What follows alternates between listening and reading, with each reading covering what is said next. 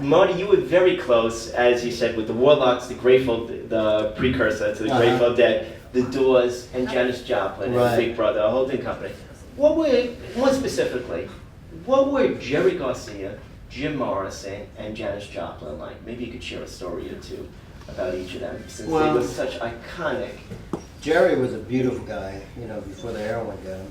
He was, Captain Trips, we called him, because he was everybody's guru, And just a delightful, happy-go-lucky guy, What do you mean he was everybody's guru?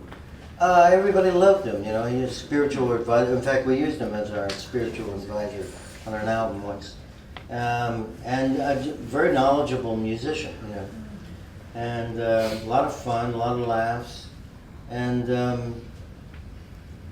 he got, after a while, the Dead became the biggest thing in the world, And I mean, even he got bored with it, There was a joke around Frisco that, he sobered up from the heroin, went back to the band, and he said, "These guys suck." That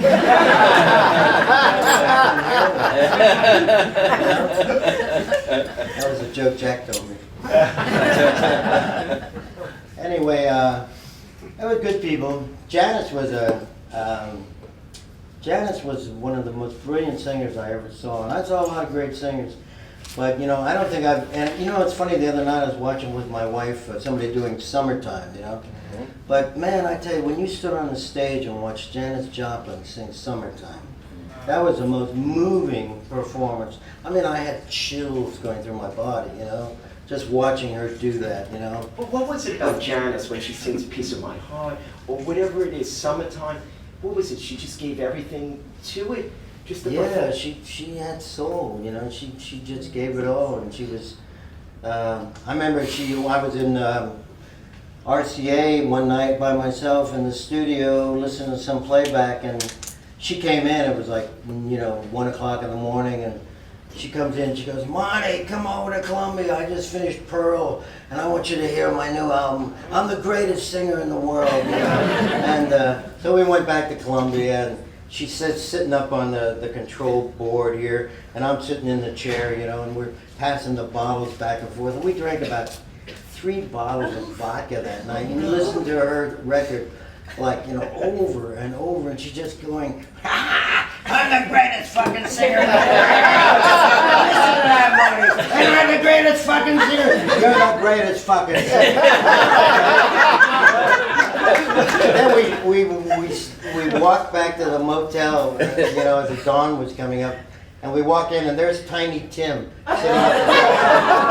And he goes, "Oh, Marty, Jazz, I want you to see my girl I'm going to marry." And he showed us this picture of his girlfriend. And, we were, wow, she's a very good-looking lady, and we were both amazed. We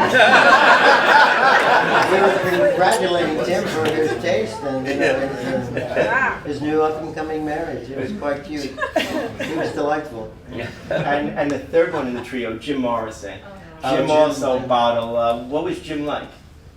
Jim was a cool guy. He was, he had a great sense of humor, and we used to drink a lot. He would always come in and immediately jump on top of my bed and stand up and read his new poems to me, and ask me what I thought.